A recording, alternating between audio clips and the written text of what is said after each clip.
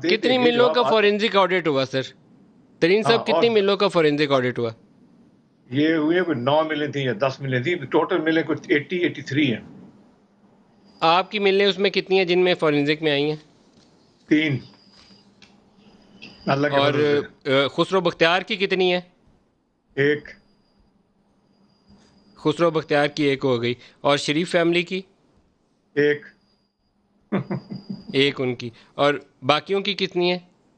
Omni group 0। Omni group 0। Very good. और हुमायूं अख्तर साहब? 0। 0।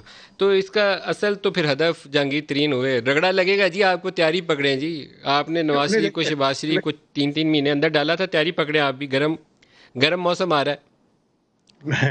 Sir जो मैं तो तैयार हूँ हर चीज़ के लिए, मैं एक सियासतदान हूँ और मैं अच्छे वक्त भी होते हैं, बुरे वक्त भी होते हैं, मगर ये जो रिपोर्ट है जिस तरह से प्रेजेंट की गई है, ये एक नाइंसाफ़ी है। इस रिपोर्ट में क्यों कहीं नाइंसाफी कहीं है जी? दूर दूर तक इंसाफ नजर नहीं आ रहा। इसलिए कि नंबर, सबसे पहले तो आपने खुद बात तहरीक बताई कि इंसाफ ये, ने आपसे इंसाफ नहीं किया जहांगीर तरीन साहब? मैं इस रिपोर्ट की बात कर रहा हूँ। तो ये इसके अंदर सबसे पहले कि जो रिपोर्ट। मिले इन्होंने चूज़ की इस काम करने के लिए। अच्छा, उसके बाद ये एक रिपोर्ट में जो उन्होंने छलांगे मारी हैं कॉस्ट ऑफ प्रोडक्शन के ऊपर, ये कोई अजीब-सी कहानी है।